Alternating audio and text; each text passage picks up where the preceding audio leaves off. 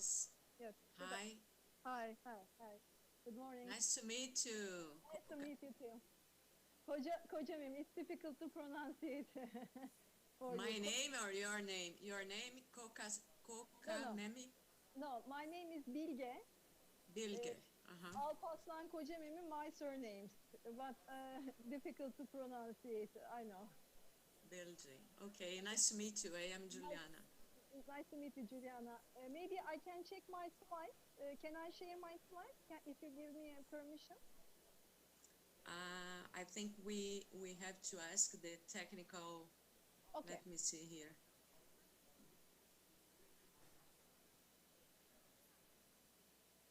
Okay, Deborah. Deborah, can you? I can share. They allowed it. Okay. Oh yeah. Okay. Okay. Can you see the slide clearly? Yes. Okay. No problem. That's okay. Okay. Thank you. Okay. So where are you located in Turkey? In Istanbul. Istanbul? Ah, Yes. Istanbul. Have you ever been in Istanbul? No. I am dying to know Istanbul. I would like to see the Brazilian too.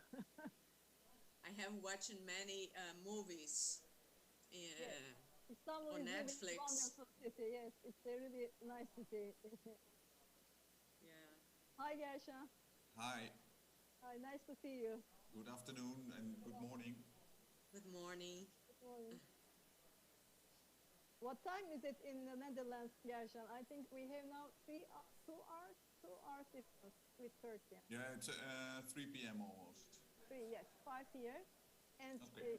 11 Brazilian. Okay. 11 in the morning here.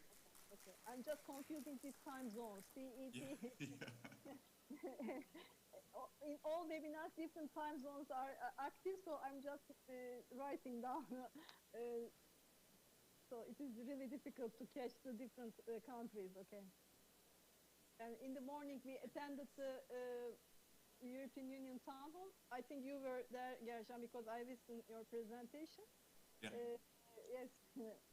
So I'm just checking the time zones of the webinars. They are quite different from each other. Yeah, and particularly in the time of the year when the time zones are switching, and they're all switching, or all, but they are switching at different dates, so that's not helping simple humans to catch up with all these differences. Yeah.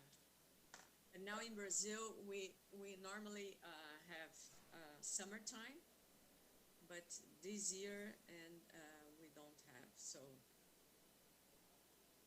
I think the technical people is writing something. Can you hear me clearly? Yes. Yeah. Yes. Okay. What's the problem? I didn't understand, but they are writing something to the chat box. Yeah, Deborah is the technical support. Okay. It's written Technica.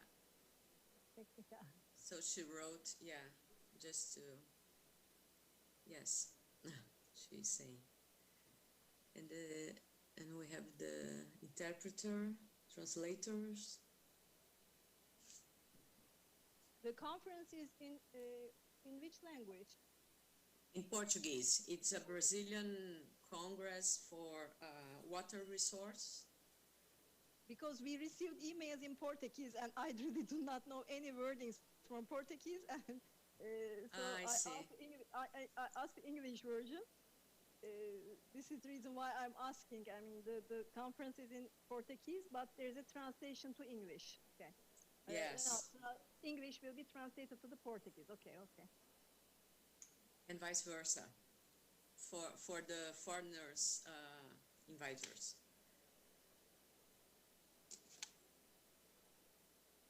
So this is a special session inside this big conference. It's a really big conference. I visited your webpage. There are many sessions, and I think 5 days. Long conference. Yeah, from Monday to Friday, exactly. And it's happening here in my city, but unfortunately, I'm not attending physically. How are the cases in Brasilia? Here in Belo Horizonte are really low, fortunately. And Yes. in Brazil in general, the number of cases decreased a lot from August till now. In Rio, we have a spike of Delta variant in July, but now it's controlled. Okay. Unfortunately, the cases are increasing in Turkey. Gershon, I think in the Netherlands it is increasing, huh? Yes, very rapidly. They are now higher than ever before. Oh my God. Yes, there is lockdown, I think, in Netherlands, huh? This is what we heard in Turkey. Okay. Yeah, it's not lockdown at the moment, but they are talking about this. So it's lockdown in the sense that all the restaurants and bars, etc., have to be closed and shops have to be closed at 8 p.m. Until 6 p.m. in the morning. So that part is the lockdown. And for the rest, everybody is advised to work from home as much as is possible. And the basic procedures like the keep your distance, the masking, those are at least indoors masking. Those are Yes. there again. This is the major problem in Istanbul also, and I'm here now at university, and the students are not using masks, and we are all, I mean, it's really difficult because after vaccination, the people start to feel themselves, everything is free, but social activities increase rapidly, and this resulted with the increase of the cases in Istanbul as well. Yeah, I think it's the feeling, and also it was a bit of the communication. So maybe it was also a feeling with the leaders in politics that after vaccination we're ready to reopen everything again. Only recognizing that, well, there are still, even though we have a high vaccination rate, not as high as Portugal, but we are at 75%. Which is not bad, but still means 25% is not vaccinated, and it's still a lot of people that can end up, of which some end up in hospital. And if that goes rapidly, you rapidly fill your hospitals and your ICs. And also, in the vaccinated, there is a subset of people that is also still vulnerable and with underlying diseases, etc., that also ends up in hospital. So. Have you started to vaccinate children in Netherlands? No, it's not the younger children. So it's 18 and up. Yes, in Turkey it started, and I'm just considering I have a 12 years old daughter, and I'm just checking myself what I have to do. I'm not sure what I have to do, so this is why I'm asking, because there are still unclear things about the vaccination of children, but Turkey starts to do this. About 12 years old, now the vaccination is open for the children. Yeah. And is there also a booster vaccination of older people in or vulnerable people in your country? Yes, yes. It's free of charge. The vaccination is free of charge. We started with Sinovac, but I think it's not working well. But you know, the founders of the BioNTech is Turkish people, so we are lucky for this. Yes. so now we have BioNTech vaccines, and we are now we just 2 BioNTechs, yes, and 6 months later we will take the third dose. Okay. Third dose. But as you said, I have friends having 2 BioNTechs, but they are in hospital, unfortunately. We don't have to trust the vaccines. We have to do them, but we don't have to trust them. No, it's not the fix all. It still means that we have to be careful and yeah. So it's masks are really important. This is what I'm observing. If you are using masks, then it is protecting you. Yeah. I'm giving lecture in the class. I don't know what is the situation in the Netherlands. We are face-to-face education is continuing in the universities. Mm-hmm. Really crowded classes, more than 100 people. But no problem. We are using our masks and we are giving lectures in that way. And up to now, since September, no problem. Yeah, the students are obliged to wear a mask when they're moving, but not when they're sitting. But most of quite a large proportion are also not using masks when they're moving. So it's here is the difficult. same situation, but in the class there is a rule. You cannot enter to class without mask, but after the class you are free. This is what we are following in Turkey. Okay. Even in high school, primary school, the students are using masks in the class. And even in high school and primary school, everywhere in the school they are using masks. They are not free to move them. Since they are young, they are doing, but the university young people, they are not doing, they don't like rules. Mm-hmm. Yes. They don't like to follow the rules. Yeah. Yes, unfortunately. Yeah. It's the same here in Brazil, but in my university, we are still giving class online with very few meetings in person, just for lab class and very few activities. But from March on, we are expecting to Face-to-face. be normal. Yeah, let's see. Because now we have big discussions about the carnival. If if carnival should occur or not. Your famous carnival, yes. Okay. Bom dia a todos. Good morning, everyone. I'd like to say good morning to all participants. We have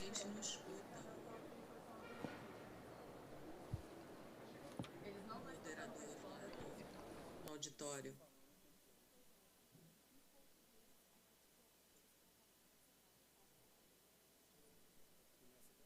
Okay. Então, bom dia a todos. good morning, everyone. Welcome, speakers, and the ones watching us through YouTube. The host of our symposium, 24th Symposium of Water Resources in Brazil, to debate multi-dimensions, water in multi-dimensions. We have 9 main conferences gathering many specialists in a hybrid format, organized by BR Hydro with the support of Minas Gerais government. The theme of the specific session is towards the 9th World Water Forum, Dakar2022, monitoring of sewer as a sanitary surveillance tool, experiences and lessons learned in the world with the COVID-19. My name is Diogo Franco. I am a superintendent and I'll be the moderator of the unit. And the 9th World Water Forum was postponed to March 2022. Em Dakar, no Senegal, será o primeiro fórum realizado na África subsaariana. That will happen regarding water safety for peace and development. The World Water Forum is a global event with solutions regarding water and happens since 1997, every 3 years in different countries. It's the largest event regarding water in the world, and it's organized by the World Water Council, WWC, in collaboration with the country, with the host country.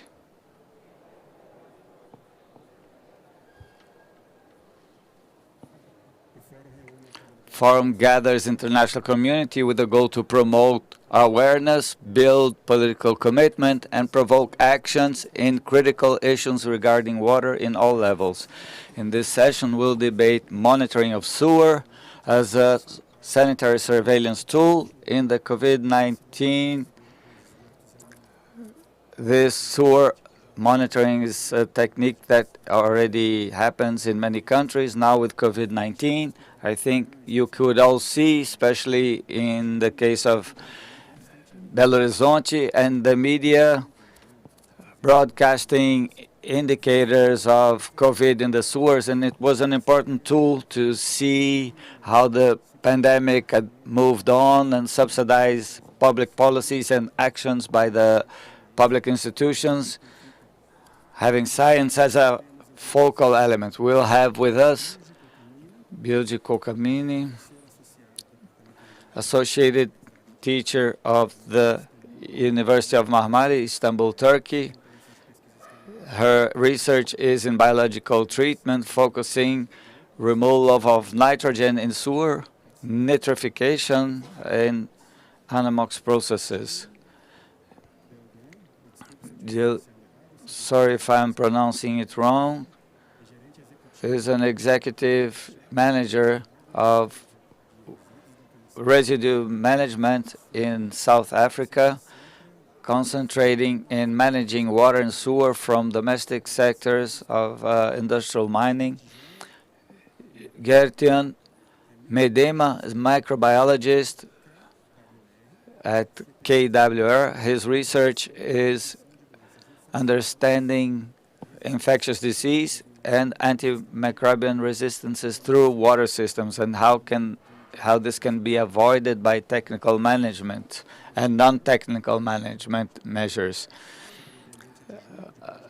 Superintendent of the National Water Agency, Juliana Calabria, from Sanitary Engineering, associated teacher, biologist by the University of Rio de Janeiro, master's and doctorate in water engineering by USP São Paulo, works with anaerobic and biodegradation management, anaerobic treatment of sewer.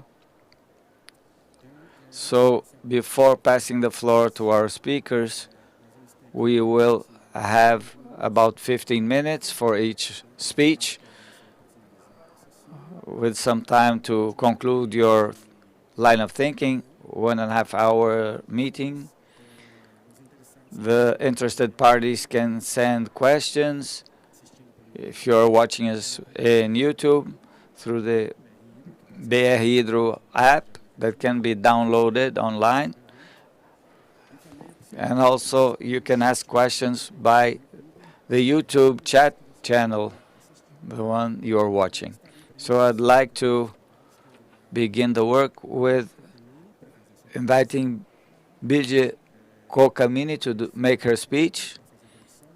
You have the floor. If you want to share your screen, the floor is yours.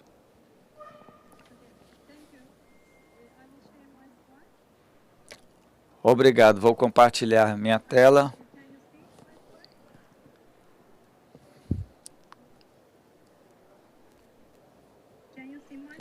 Podem ver minha tela? Tudo bem. Certo. Bom dia, boa tarde. Eu vou falar sobre a base de esgoto na Turquia. Obrigado pelo convite.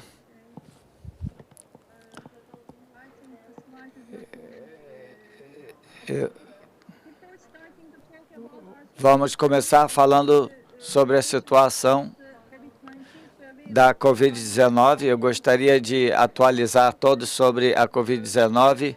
Como sabem, a pandemia começou em março de 2020 e a oportunidade 257 milhões de pessoas foram infectadas e tivemos a morte de 5 milhões de pessoas na Covid-19. Os países mais afetados, de acordo com a Organização Mundial da Saúde, foi Índia e, infelizmente, o Brasil também estão entre esses países mais afetados. E no começo da pandemia, se percebeu que as pessoas infectadas, suas fezes e urinas carregavam o vírus, e depois dessa descoberta, os cientistas começaram a detectar a Covid-19 espalhada pela comunidade. Os estudos começaram nos Países Baixos, Temos aqui o cientista que liderou a pesquisa, que começou esse trabalho na Turquia. Começamos o estudo ao mesmo tempo com os Países Baixos. Em 2020, por meio desses estudos, os ouvintes podem não ter ideia da importância, então eu gostaria de dar alguma informação do porquê esses estudos são importantes.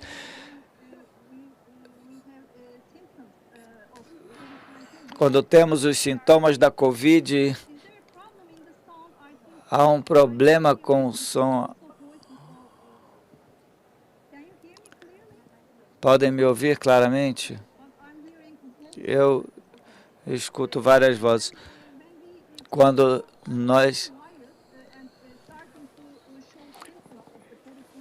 começamos a ver os sintomas da Covid-19,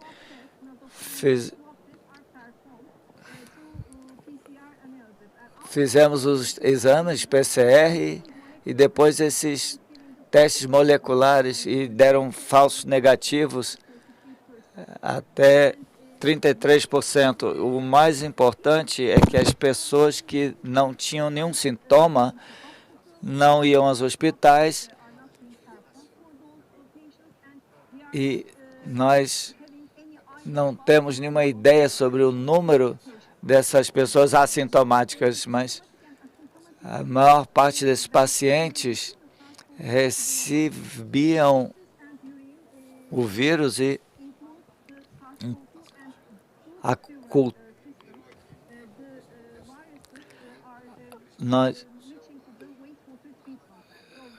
o vírus ia para as plantas de tratamento de esgoto. Então, os pacientes sintomáticos e assintomáticos também são monitorados. E esse é o benefício de fazer o monitoramento do esgoto. Os estudos de esgotos não são para diagnósticos, nós só tentamos detectar a Covid-19 no esgoto, mas quando tomamos uma amostra de uma estação de tratamento, pelo menos a situação em Istambul, temos 1,5 milhões de pessoas e pegamos amostras. Essa situação é importante. Na Turquia, o projeto com o governo é um projeto governamental sob coordenação do Instituto de Água da Turquia. Nós desenvolvemos o projeto há 1 ano e meio. As pessoas no projeto tentam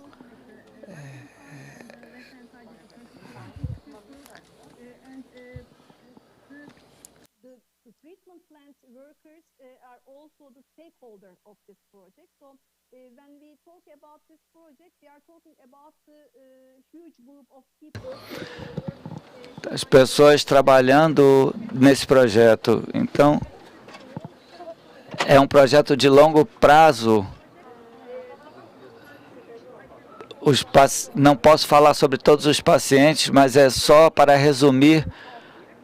Nesse ano e meio, certamente no começo da pandemia, nós só estabelecemos a logística do projeto. Eu acho que isso é a parte mais difícil. E depois tivemos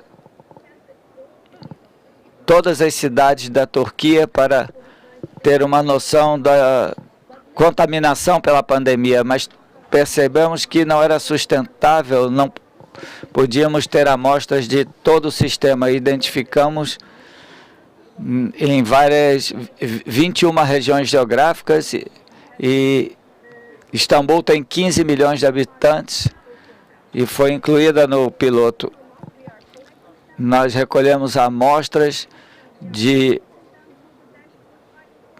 Eu vou falar sobre todos esses rapidamente. Recentemente começamos a analisar os dados, porque na Turquia os números de casos começaram, a preparação começou desde fevereiro de 2021. Por esse motivo, não podemos ter análise de dados em correlação aos números de casos, mas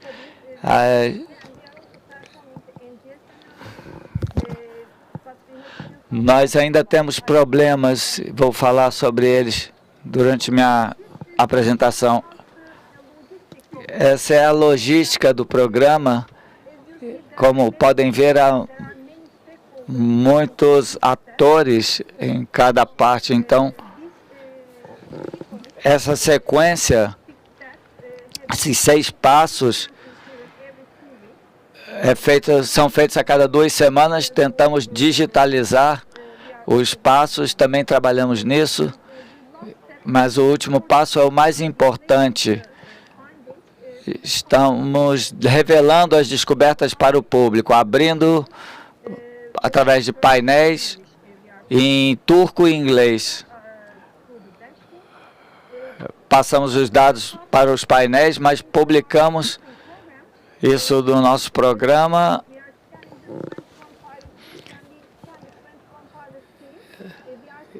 Fazemos em 21 cidades piloto, que são 33 milhões de pessoas, e as amostras de Istambul são de 2 plantas. Recebemos as más notícias de que os casos estão aumentando nos Estados Unidos e na Europa. Istambul é muito importante, há muitos voos internacionais e a população é muito alta em Istambul. Então, aqui vemos o que... Agora vou mostrar como estamos anunciando os resultados ao público. Esses são... Aqui é o painel.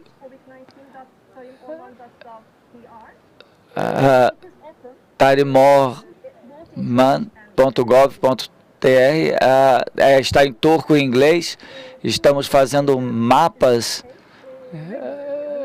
atualizando os mapas regularmente no site.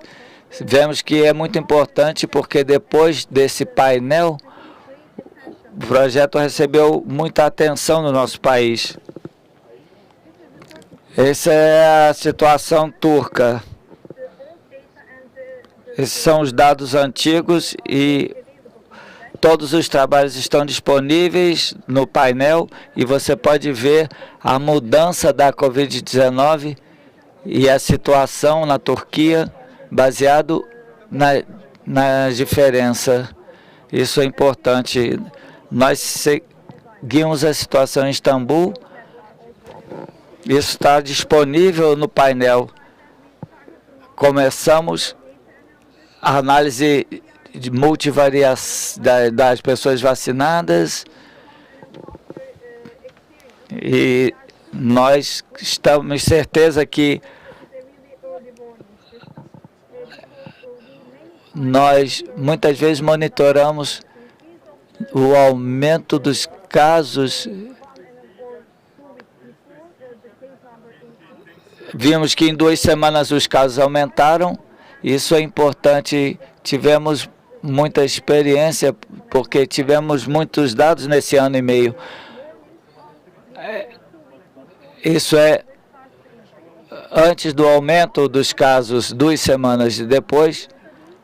Esses estudos receberam mais atenção e, na minha opinião, eles se tornaram mais importantes, porque depois que a taxa da vacinação aumentou, o número de pessoas assintomáticas, como vem, depois de junho, os casos são baixos, mas quando olhamos para os dados da água, do esgoto,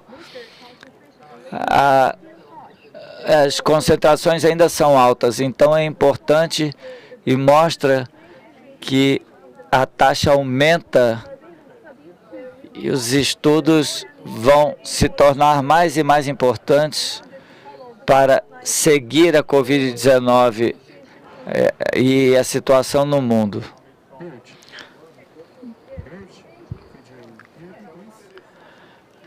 Build, você pode me ouvir? Eu não posso ouvi-la, você pode repetir? Se você puder me ouvir, você poderia falar mais devagar para o nosso intérprete, porque há um atraso na sua voz. Sim, claro. Perdão, vou tentar fazer o melhor. Sempre perdão por isso. Este é, aqui nesse mapa,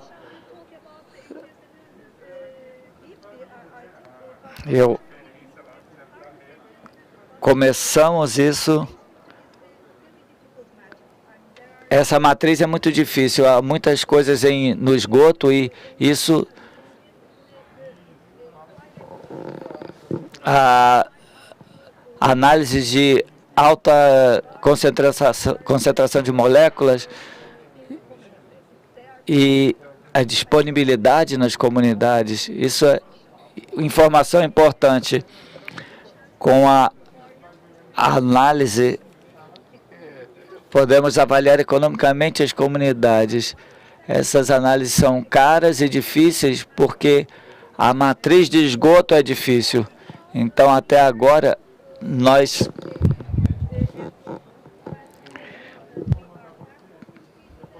estamos fazendo esses testes, mas ainda tivemos problemas. Mas esses testes vão se tornar mais e mais importantes para monitorar a distribuição da variante na comunidade. Isso é muito importante. E certamente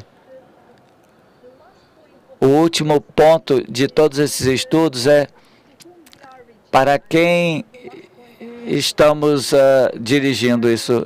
Fazemos muitos testes, publicamos todos os mapas e o importante é quem está usando esses dados. Fazemos todos esses estudos para atingir as autoridades.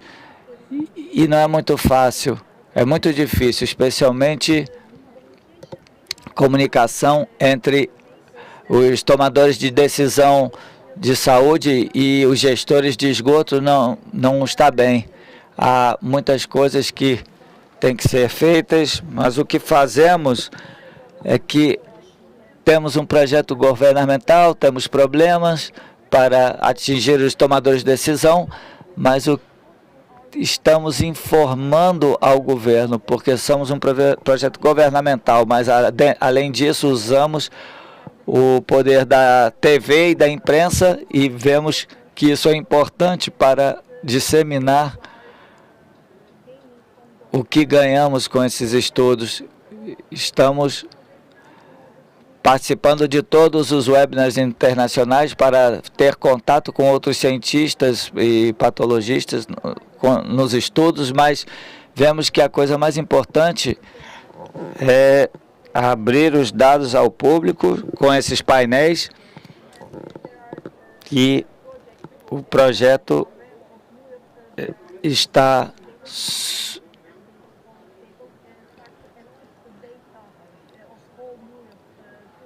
vamos passar os dados para os painéis nessa nova fase. Certamente é importante. Estamos usando todas as ferramentas para disseminar.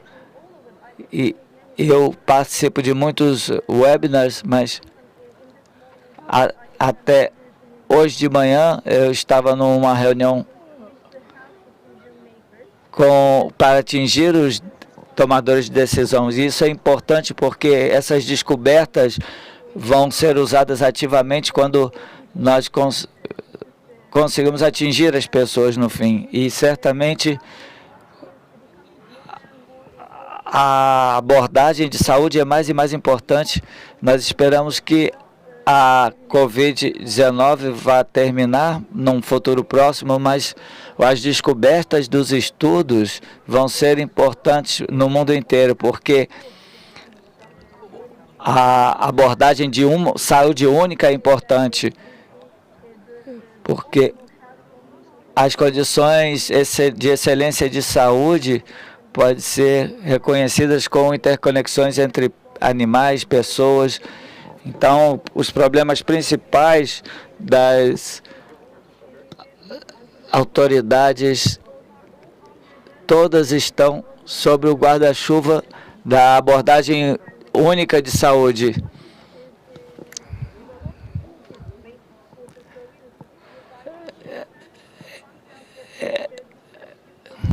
Isso vai ser desenvolvido como uma realização do sistema de esgotos em relação à pandemia, especialmente a presença de antibióticos esses estudos vão ajudar para resolver as abordagens. E, finalmente, eu gostaria de falar sobre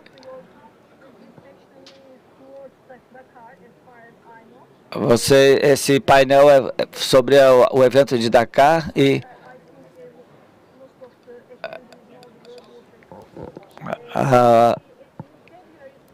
em fevereiro de 2021 tem um coordenador desse projeto que estabeleceu um grupo temático da Covid-19 sob o Conselho Mundial da Água. E temos parceiros nesse grupo.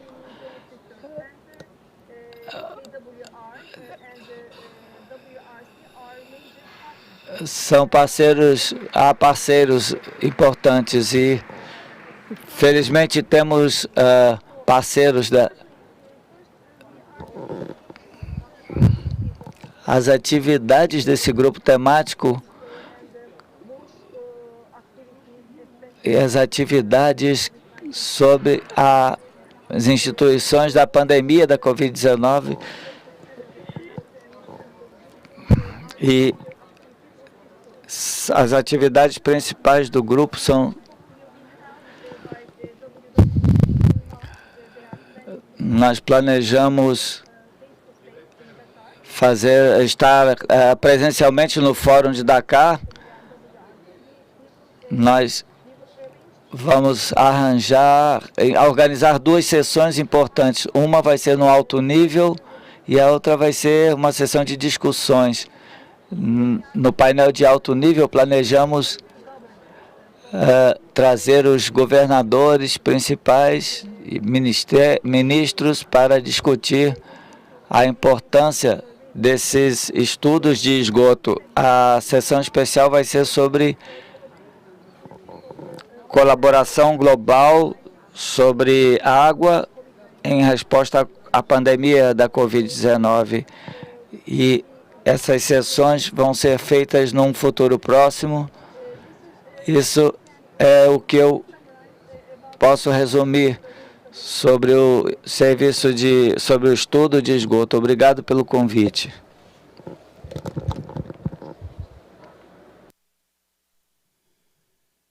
Thank you, Bild.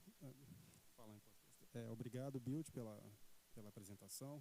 Muito importante a gente poder observar exemplos aí ao longo do mundo. It's very important to be able to see examples around the world, knowing you have similar challenges. Water as an element that appoints many issues to society, and if well managed, well monitored, can contribute for many public health, environment issues, life quality. It's important to see that you're moving this way in Turkey. I'd like to call Gertjan Madema, microbiologist from Blue R, for his KWR, for his speech. Reminding 15 minutes is the deadline. So I'd like to pass the floor for Gertjan. Good speech. Thank you for being here. Muito obrigado. Bom dia a todos. Deixe-me começar a apresentação. Sim, olhamos aqui para o esgoto como uma fonte de informação. Isso é algo que é novo na saúde pública em geral. Muito embora já tenhamos visto isso para resistência microbacteriana, mas agora com um novo setting na pandemia de Covid-19. Vou indicar também algumas das coisas que aprendemos olhando o esgoto para procurar informação nas nossas comunidades. Primeiro, quero registrar a equipe. A coisa mais importante aqui é que é uma equipe onde você vê a saúde pública, aqui na esquerda, e do lado direito você vê o setor de água, e no centro a pesquisa, as instituições de pesquisa, microbiologia, sistemas de esgoto, epidemiologistas. Acho que é importante ter essa combinação e tivemos a felicidade de ter esses colaboradores no projeto. Já mostrei aqui, vimos os dados da Turquia sobre a monitoramento de esgoto. Agora tem aqui os dados de Amsterdã, começando na terceira onda, março de 2020, e o que você vê é a primeira onda, e você vê a segunda onda vindo, e depois algumas pequenas ondas, e nós atualmente passamos por outra onda de novo. E se você comparar isso ao que vemos nas testagens, você vê que em azul os casos de Covid-19 informados e em cinza hospitalizações, e você vê que no esgoto reflete essa situação, e particularmente na terceira onda houve um aviso antecipado das tendências. Então vimos um aumento nos esgotos em 6 dias antes de ver os primeiros casos em 2 das cidades. Então, em geral, no esgoto estava aumentando antes do aumento dos casos. Então, há um aviso antecipado aqui no esgoto.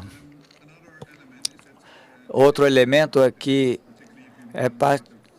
se você olhar para a primeira onda, você vai ver que a água de dejetos está relacionada ao número de casos informados. E há um certo raio, mas se comparar com a segunda onda, você vê que há uma relação diferente. A água de dejetos é a mesma concentração, mas há muito mais casos na população. Então, a contaminação é mais alta. Isso é porque a testagem mudou entre a primeira e segunda onda e indica como a água de dejeto é um indicador tendencioso da circulação, porque todos vão ao banheiro, mas nem todos vão para a testagem, então, por vários motivos.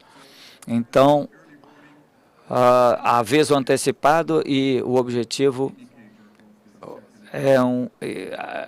a circulação é um indicador. Com os parceiros começamos um projeto na cidade de Roterdã, a segunda maior cidade do nosso país. Vem aqui as áreas da cidade em cores, os números são a população, então tem uma ideia, e nós monitoramos estes sítios onde temos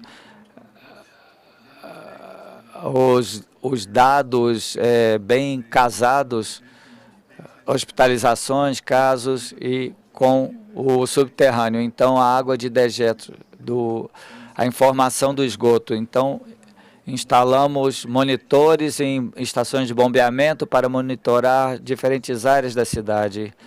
Então, com a maior parte da população, o que vimos, esse é o começo da segunda onda, vemos um aviso antecipado, e se olhar mais proximamente, vem que o esgoto sobe antes do que os casos informados subam, mas também aprendemos que isso era particularmente não porque o esgoto fosse antes dos casos, mas porque os informes de casos vêm depois Então, tivemos dados no primeiro dia de doença nesses casos, e se corrigir para esse primeiro dia de doença, se traduzir seus casos informados para, não pelas testagens, mas pelo primeiro dia da doença, você começa a ver que a água de dejeto bate com essa outra informação. Isso é esperado porque no primeiro dia de doença é quando o vírus se espalha mais.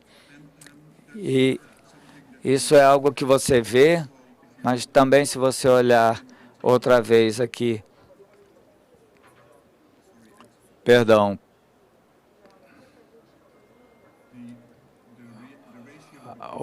a relação entre os casos e o sinal do esgoto, você pode observar diferenças em diferentes áreas de cidade, indicando que em algumas áreas você acha mais vírus em uma parte da água do que esperaria em relação aos casos informados. Isso foi usado pelo serviço como uma indicação de subtestagem em áreas específicas e puseram testes em ônibus para as pessoas onde havia menos testagem e informaram ao público que era importante fazer o teste. Então, os dados de esgoto foi usado para disparar ações de saúde nas áreas onde havia subtestagem.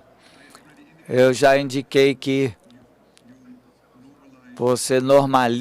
se você normalizar a sua informação de caso no primeiro dia de doença, você consegue casar os dados com os do esgotos e tem que considerar esses dados de esgoto para normalizar as variações de fluxo por conta de chuva e etc. Mas sabemos que podemos usar os dados para normalizar. E depois, se você também normalizar os seus informes de casos para a vontade de testagem, então os números de testados num dia, você vê que cria um modelo como esse aqui e quase há uma coincidência entre os dados da doença e do esgoto. Então, você vê que o pico de julho, que foi a reabertura da situação de lockdown, então todos que poderiam se testar podiam ir a bares, discotecas, etc. Então, muitos jovens foram testados nessa época. Então, achamos que isso é porque houve mais pessoas, porque havia uma parcela maior da população testada. Você vê que a relação se mantém até com a vacinação e agora estamos numa média de 75% de pessoas que receberam 2 vacinas e não só para uma área, é para todas as áreas. É uma boa relação. Já mostraram também, você podia procurar novas variantes no esgoto, ou a surgência de novas variantes. Aqui é um exemplo, em laranja você vê a dinâmica nos pacientes, em azul você vê o que observamos no esgoto em Amsterdã. Você pode ver que foi um pouco antes em Amsterdã do que a média nacional, e isso é N501Y e testou de acordo com a média nacional. Então, o esgoto é de valor agregado, porque pode servir como um aviso antecipado, é tendencioso, mas monitoramento é factível e isso é rápido e eficiente. Temos nos Países Baixos um sistema nacional de monitoramento de esgoto, monitorado pelo Instituto de Saúde e Ambiente. Acho que agora é 4 vezes por semana que as plantas de tratamento de esgoto são monitoradas, não só para a Covid, mas há mais para chegar, entre outros, resistências microbióticas. Eu já indiquei há uma indicação para todos os estados para monitorar a SARS-CoV-2 e variáveis, e uma plataforma está sendo criada para isso. Eu também quero mostrar que há muitas no mundo e nós trabalhamos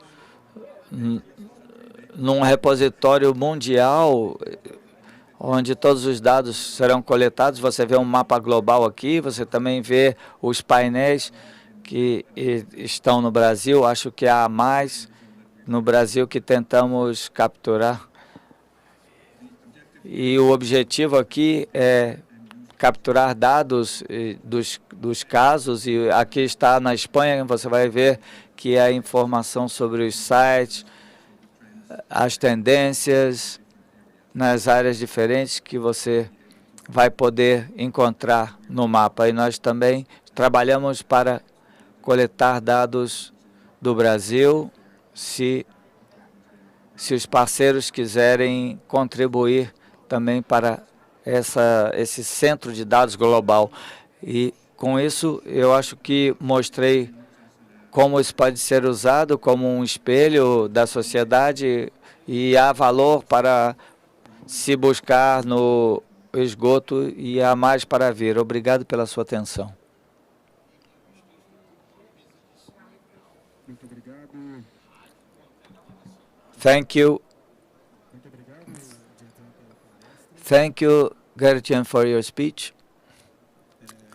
It's important to observe how sewer behaves in the many societies with many economical data sets, many profiles, societies that are more urban, more rural, or that have A, B, or C economic activity, but the sewer working as a mirror, an indicator to show how society is behaving, and so measures can be adopted, enhancement measures, water as an element in its raw state as well as in its sewer state. It has these indicators, so it's important to see how the world faces similar challenges, although we have disparities. Thank you, Gertjan, for your speech. I'll pass the floor to Carlos Perdimão, Superintendent at ANA, agency that manages water nationally in Brazil. He'll be able to bring a good scenario of how Brazil, with the differences, has dealt with the matter. Thank you, Diogo. I will take my mask off. Good morning, everyone. First of all, I'd like to thank for the invitation done by the World Water Council to present some of our project, part of our project, COVID monitoring in sewer.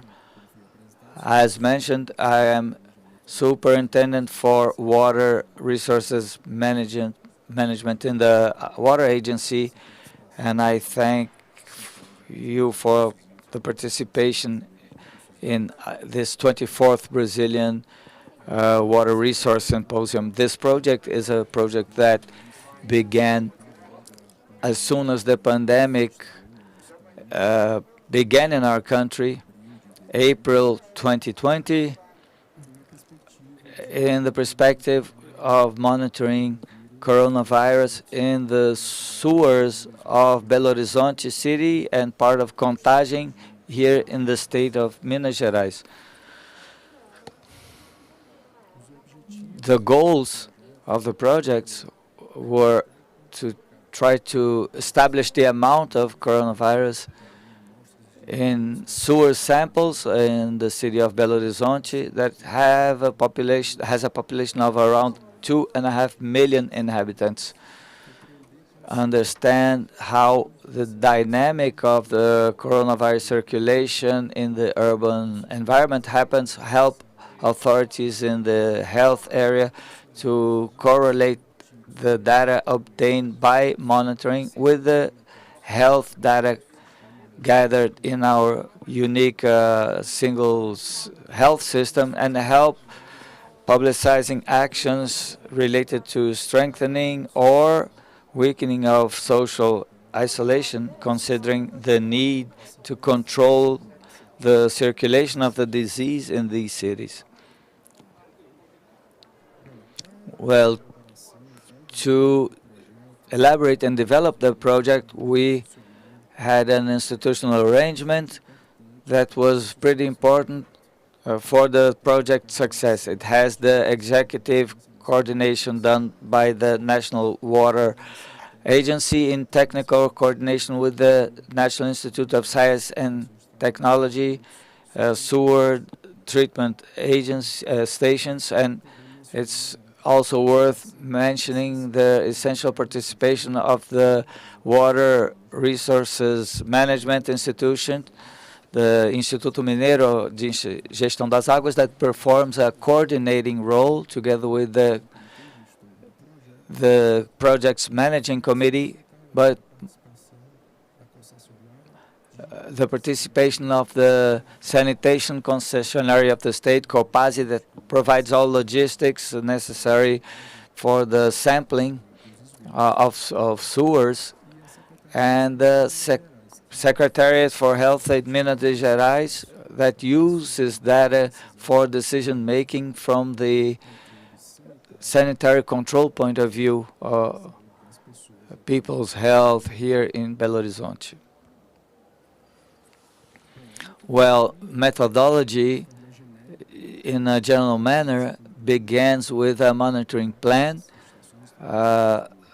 In the sewer treatment stations, some special places with many people circulating as airports, bus stations, the collection, conservation of the sewer samples, processing the samples in labs, and finally the publicizing of results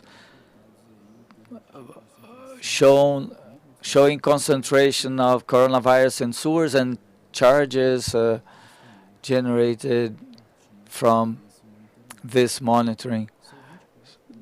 We have 24 monitoring spots in the cities. We generated 41 bulletins to follow up and do the monitoring. Some of the bulletins are specific regarding methodological issues and sample safety and other specific issues about the monitoring, and technical notes that bring learnings developed along over a year and a half of monitoring. These results can also be accessed by a dynamic panel, a dynamic dashboard in ANA's website, as well as in our INCT websites, where you can understand the dynamic over time of how this monitoring happened and the pandemic in our country.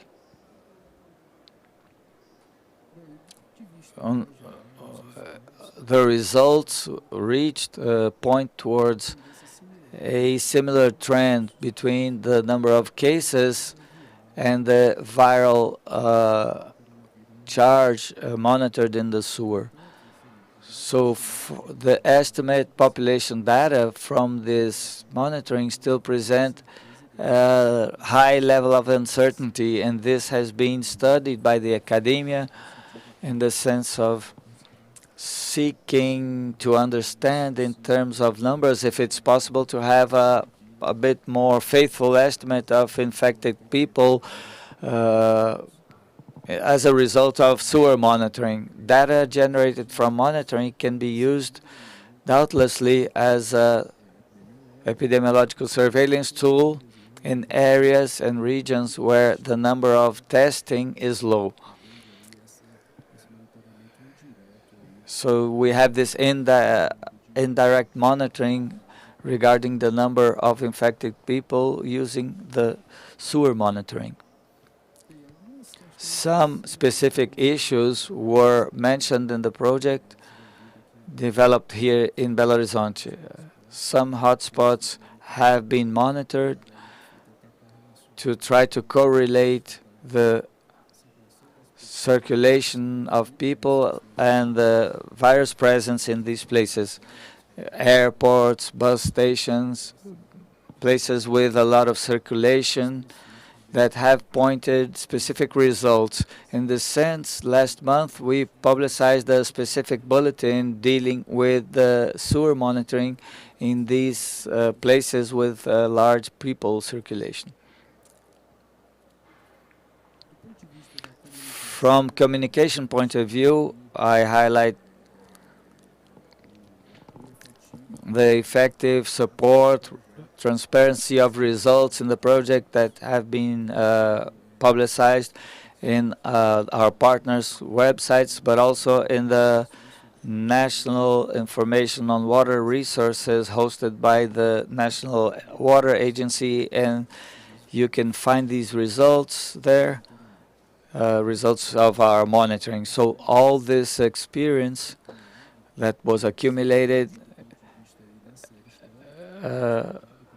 is hosted in this dashboard, where you can find heat maps associated to the presence and the many levels of concentrations and in the different stations and places monitored, providing an idea of the circulation of the virus in the urban environment. It's possible to find data about the concentration of virus in the sewer samples that were collected and the viral charges in these sewers. But this project didn't remain restricted to Belo Horizonte and Contagem. In the beginning of this year, reinforcing the existing partnership with the INCT Cidades Sustentáveis, the project was amplified for other 5 capitals here in Brazil. So apart from Belo Horizonte, it was extended to Curitiba, Rio de Janeiro, Federal District, Fortaleza, Recife, providing an amplitude aspect, national amplitude to the methodological development, and the results also having a national aspect for the monitoring. And fundamentally, as mentioned as done in the Belo Horizonte project, the other projects have the coordination, the decentralized coordination in the federal universities associated to the states that are part of this network. So these coordinations happen within these other 5 universities, apart from the Federal University of Minas Gerais, which is pioneer and partner within the COVID sewer monitoring network, but also has fundamentally partners from the sanitation sector, the sanitation service providers that bring all the logistic support necessary for monitoring and the results. It is paramount to say that the monitoring network was amplified with the support and help of the National Council for Research and Development, CNPq, that provides support, administrative and executive support for the project. As I mentioned, the network now has 6 capitals in our country, a population of 18 million inhabitants, and from this network we intended to be the baseline of a national epidemiological surveillance program based in sewer monitoring. The perspective of continuity of this kind of tool as an epidemiological surveillance tool, and then extended to other regions of our country.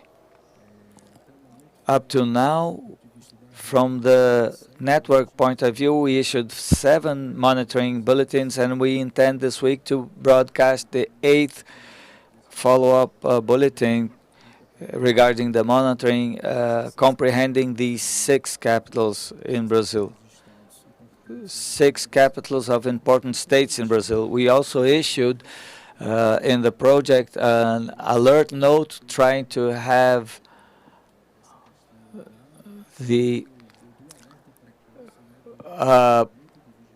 early warning aspect for an epidemiological surveillance tool. And here I show you the alert issued to the Federal District, Brasilia, on the 5th, done between 5th and 11th of September. We issued an alert note on September 15th, identifying an increase in the cases from the results of the monitoring. And 15 days later, on October 4th, 2021, we had a registry in the press in Brasilia regarding the increase of transmission and cases in Brasilia. So we think this alert was at the time important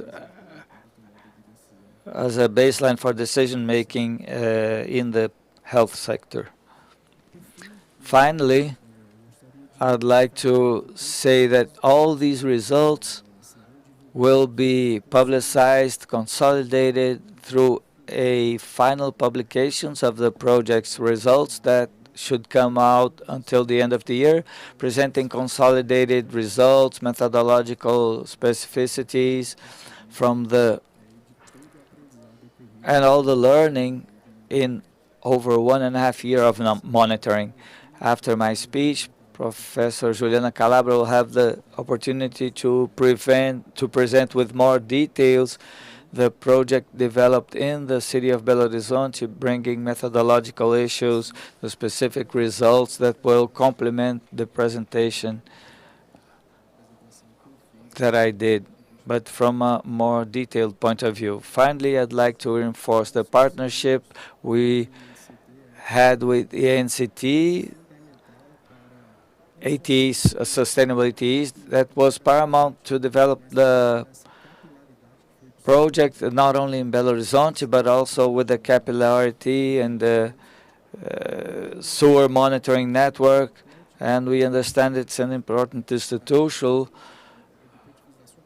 because of its technical ability in bringing knowledge regarding sanitation that will be and are important considering the new competency of the water agency to regulate and make reference new rules to regulate sanitation in Brazil. So I'd like to reinforce the fundamental role of INCT in the project and the perspective for continuity with this partnership between the water agency and INCT. Thank you very much, and I'm at your disposal for questions.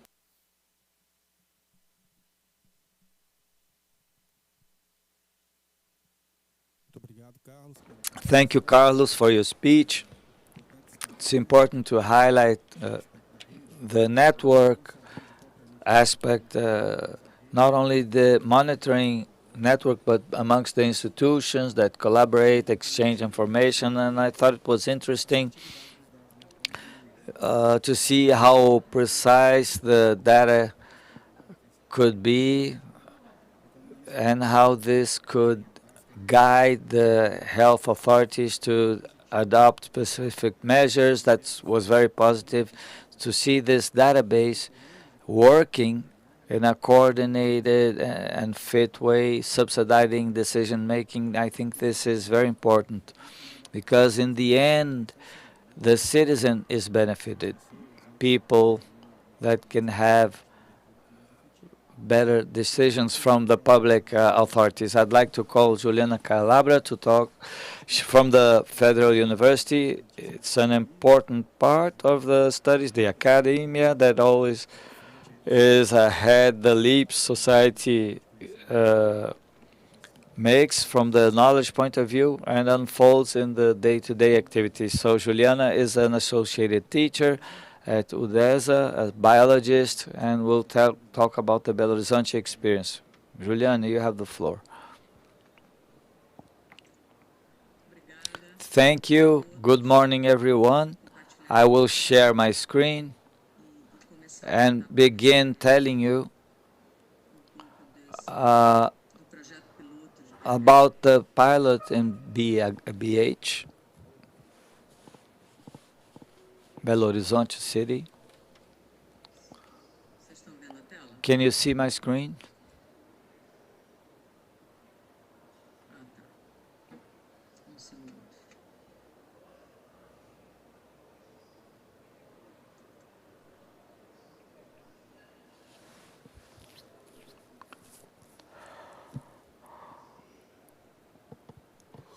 Ok. Então tá. All right. I'll talk in Portuguese, but our guests, Bilge and Madema, have a translator. The slides are in English to make it easier. So this pilot project Que a gente chama that we call COVID in Sewer began in April 14th, 2020, here in Belo Horizonte.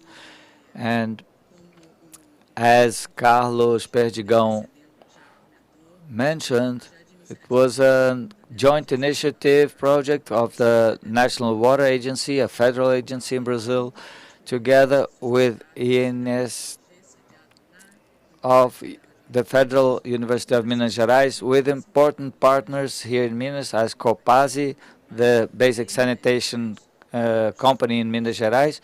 Technicians of Copasa were responsible for the collection of sewer samples in different regions in the city of Belo Horizonte. The Mineiro Institute of Waters, State Secretariat of Health as a partners, we publicized weekly bulletins with the sewer data to the health authorities, and as you can see, we have a large team, professionals from different trainings, biologists, virologists, environment engineers, because it's a complex project that couldn't be done without this great team. So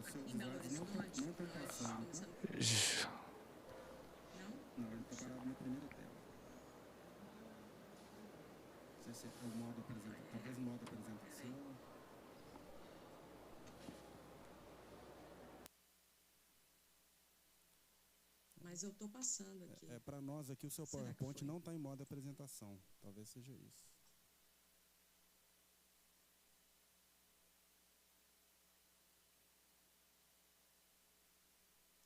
Ele passou porque você clicou lá no slide naquela coluninha à esquerda, tá aqui, né? agora.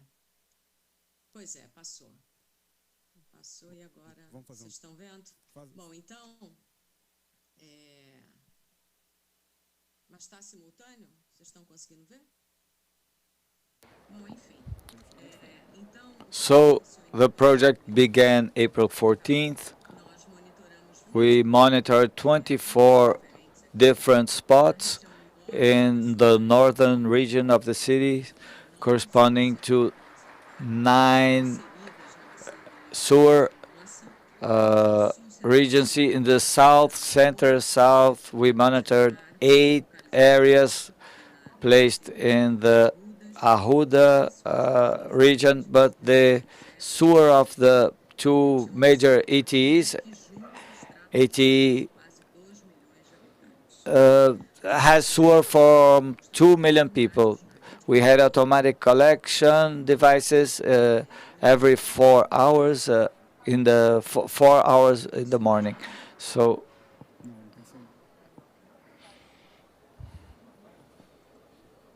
Você está com 2 telas, Juliana? Aí na sua. passou agora, não? Passou. Mas Ok. ela está só Então, diminuindo um pouco o zoom, que ele está essas amostras these samples estourando lá. Está extrapolando. essas amostras eram levadas, these samples were taken essas amostras eram levadas para o laboratório de microbiologia. to the microbiology lab of DESA in UFMG, where we made concentration of the viral particles, linear tracing, and quantification of RT-PCR.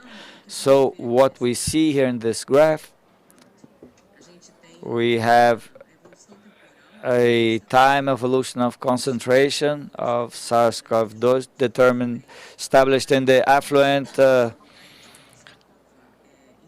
in blue and black, coinciding with the cases of COVID-19 in the city of Belo Horizonte. This is from May to 2020 up to the end of March 2021, we see clearly the first wave of COVID-19 in Belo Horizonte, the worst moment in 2020, June and July, with a large number of cases and the largest concentrations of virus in sewer. Then the pandemic reduced in cases, and then in the end of October we had the resurgence here, another increase in the cases, and we see that the increase of concentration in sewer happened before, mainly from here to this H11 curve. So 2 weeks before, the concentration of virus in sewer increased, and we only saw that in the number of cases informed 3 weeks later. It's clear in the second wave also that the clinical data show the worst moment of pandemic in January 2021, when the viral concentration in sewer were already very high, largest value established in the end of December 2020. So showing that this monitoring of SARS-CoV-2 is an important tool, a complementary tool for surveillance in COVID-19, and can be used as an early warning. In this case, 2-3 weeks, this sewer already saw this increase that was only informed 3 weeks later regarding the cases.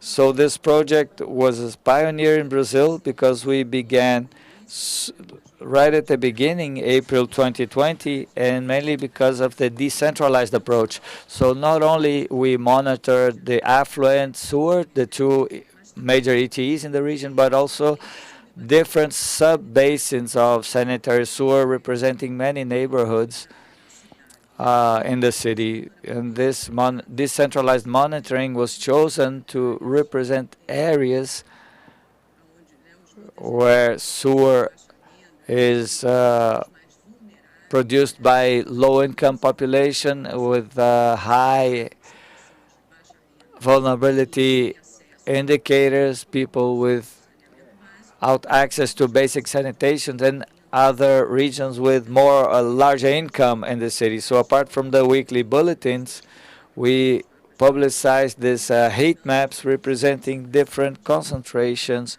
of SARS-CoV-2 established in the sewer of different basins: red, high concentration; yellow and orange, smaller concentration. This was the last week of October 2020, and here half of November 2021, showing clearly that the pandemic was becoming worse in the beginning of November 2021, according to the data from sewer in the beginning.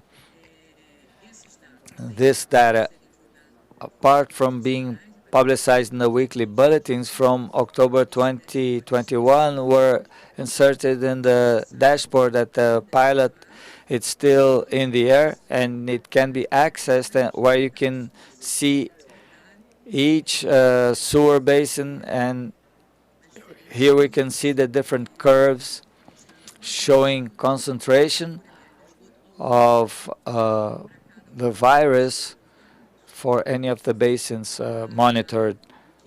I'd like to highlight another important result of this decentralized monitoring for identification of the hotspots, so places in the city that presented high virus concentration during the whole pandemic, as we monitored 2 major sanitary basins, 2 different ones, Arrudas, and different districts in this large basin.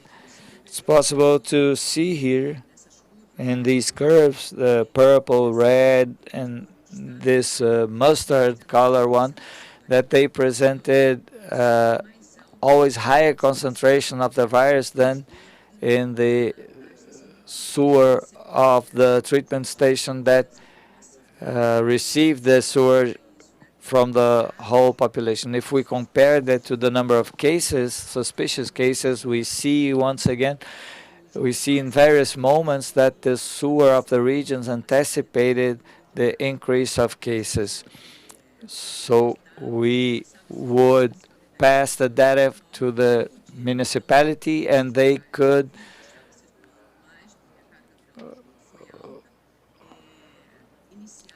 begin epidemiological inquiries in the areas where they had high numbers, restrict circulation, recommend use of masks.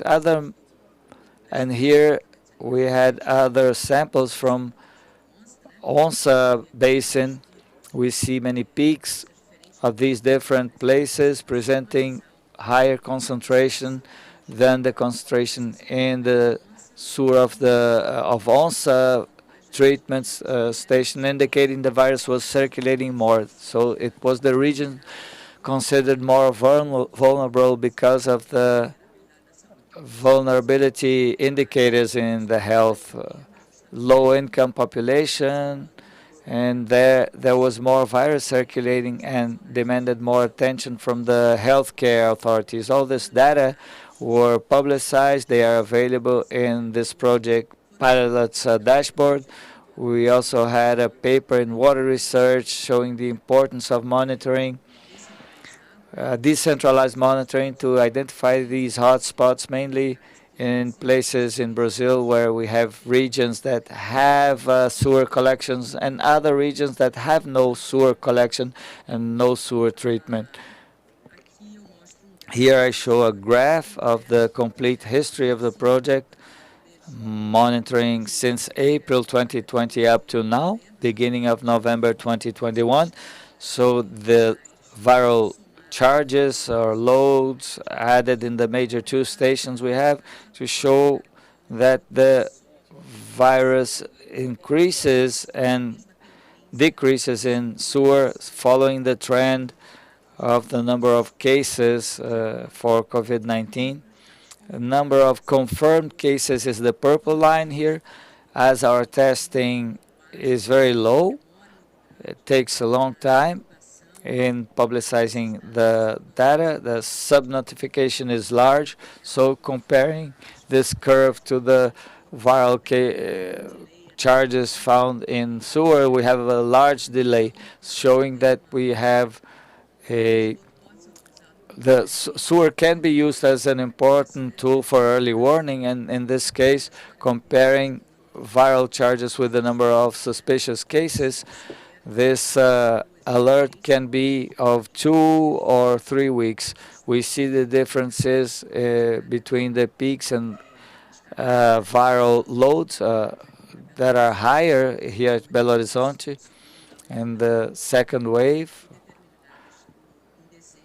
established in December, whereas the largest number of cases was registered only in January. We see a reduction of the virus in sewer and the suspicious cases, mainly from April onwards because of the vaccine coverage we have in the city. So we began the vaccine campaign in February 2021 in Belo Horizonte, and now we have a vaccine coverage that's very large.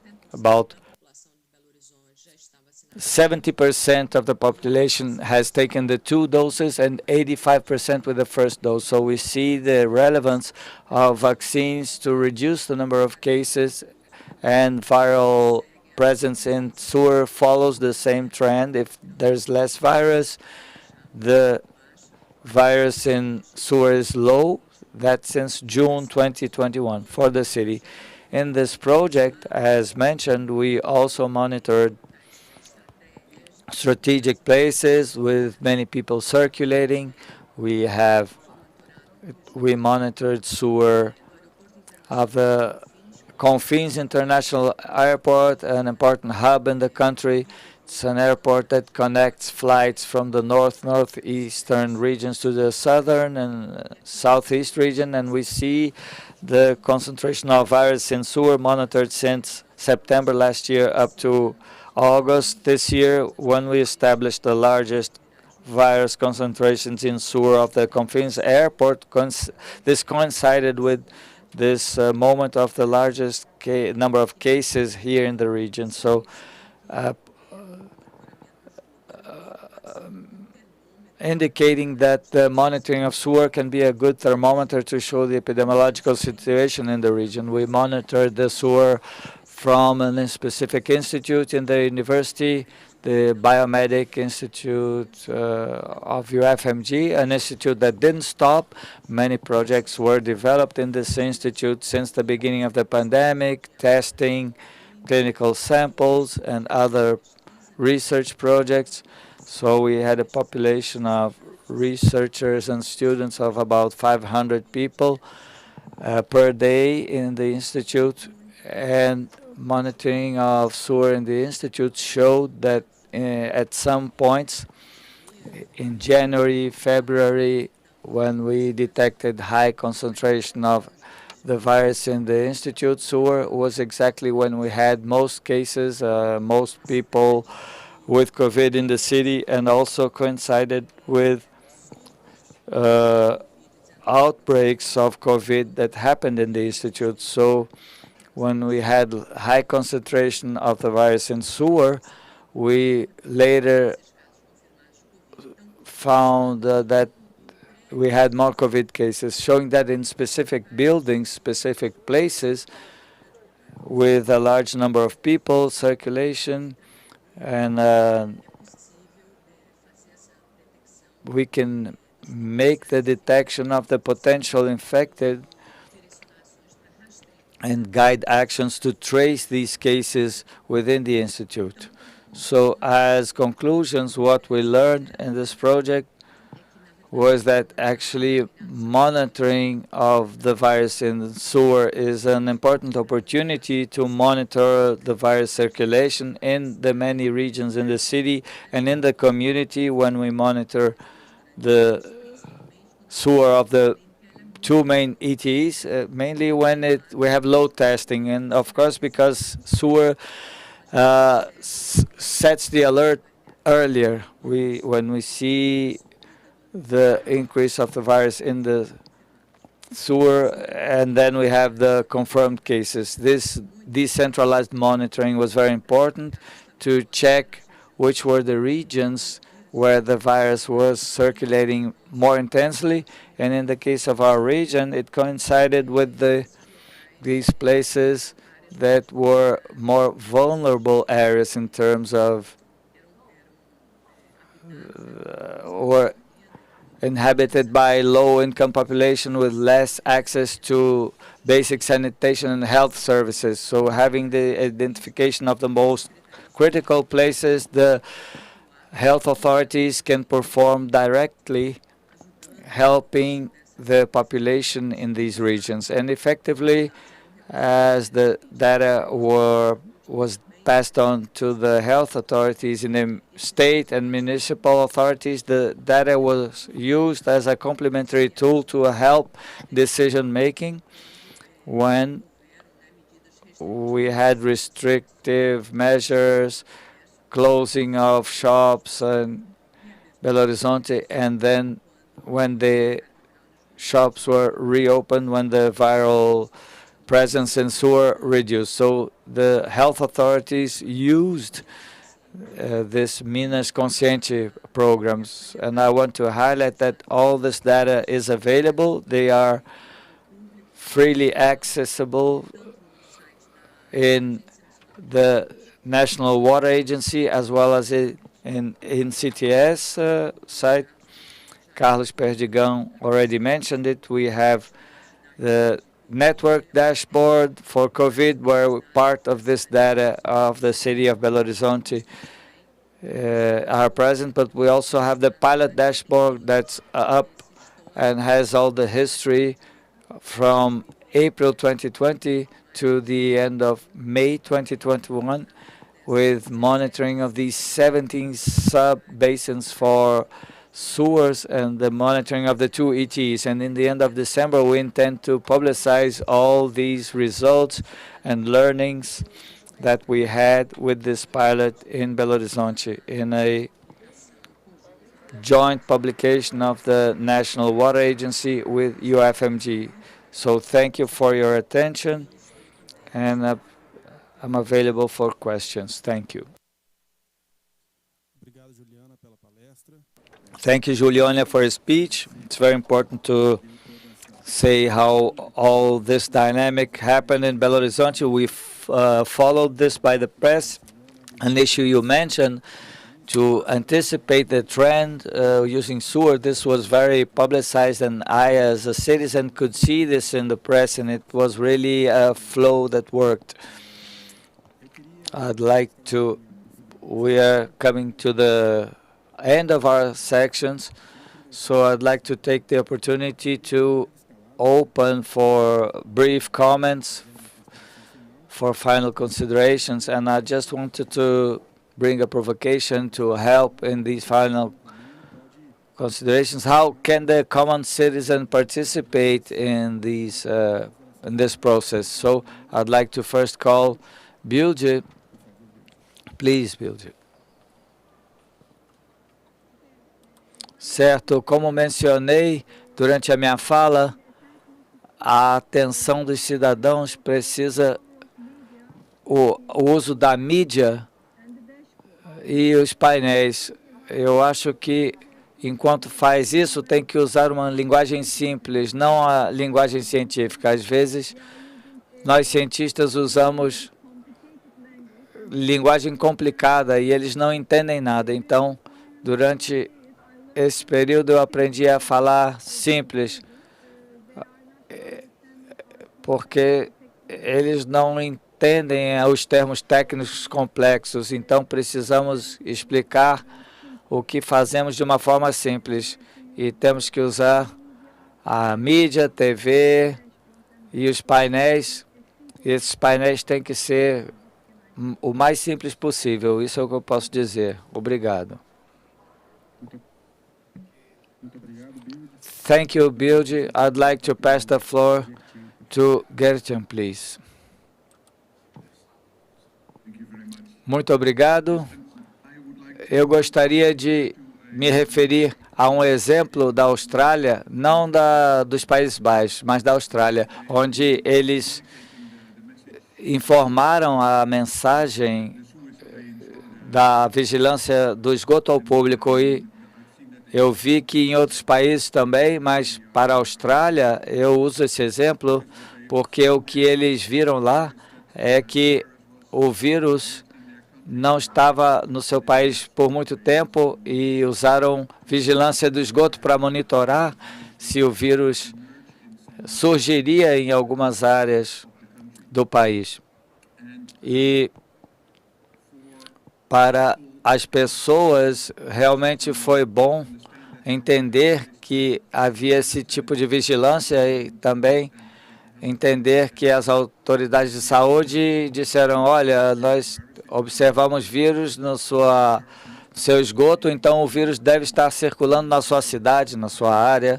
Então, por favor, vá fazer um teste se você tiver um sintoma mínimo, porque nós queremos conter a contaminação pelo vírus. Então, nessa situação específica, foi fácil usar a vigilância no esgoto, o monitoramento, para mandar uma mensagem ao público para entender e tomar atitudes.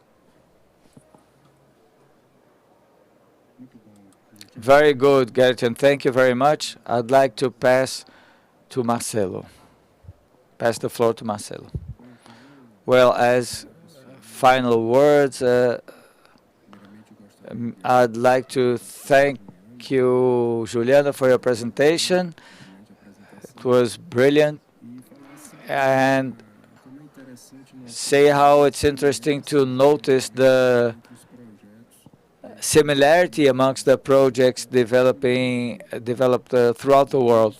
The virus is all over the world. It's a world problem, but it seems to me the solutions and tools and methodologies have this side, this globalization side, and similarity in dealing with the pandemic. From the participation of the citizens' point of view, I believe the need to work with the communication plans, not only sewer monitoring, but all data generated by the pandemic. It's paramount that the citizens should have access to information and access to information in an easy fashion where they can interact and understand how the information can have an influence in their day-to-day life and preventing the virus circulation and the disease. So thank you once again for the opportunity, and good day to you all. Thank you, Marcelo.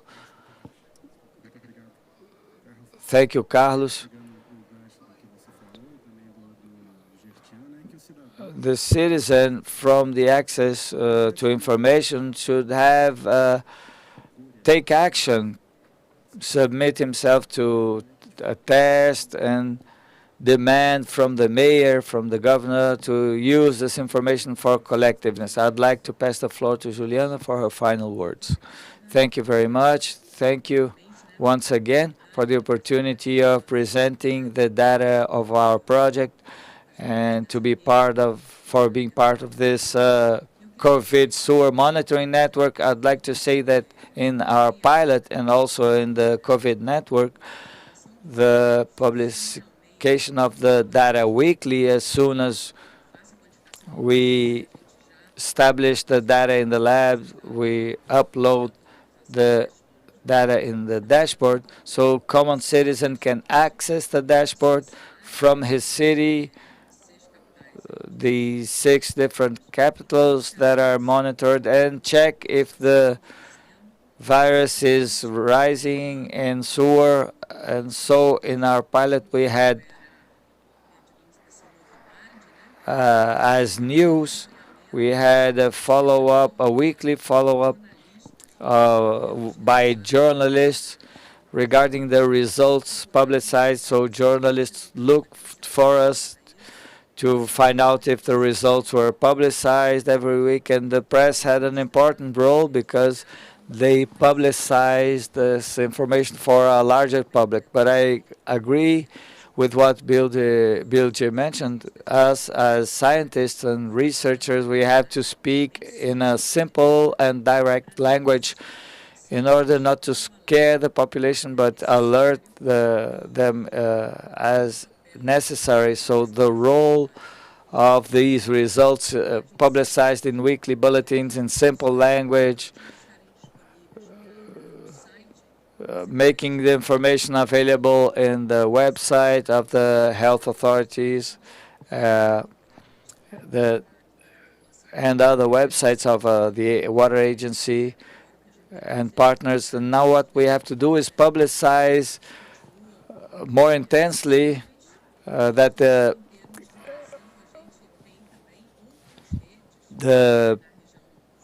we have other networks in the south regions of the country, in São Paulo, that are making this monitoring, and that the people in these places should follow up.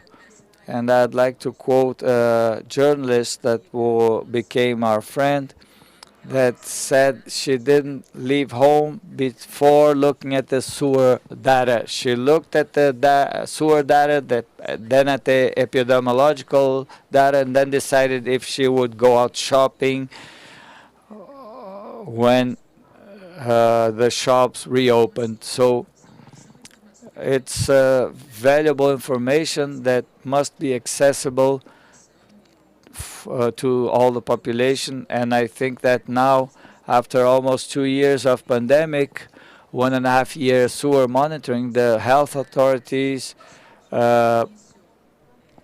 used this information. In the first 6 months, there was not a mistrust, but so they were careful with the data generated, but now with all the results shown, we feel that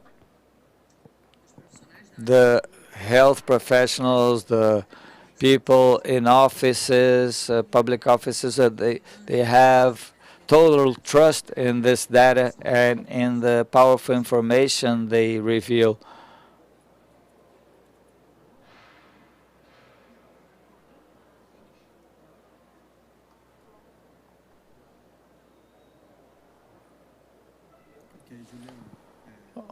All right, Juliana, thank you for your words.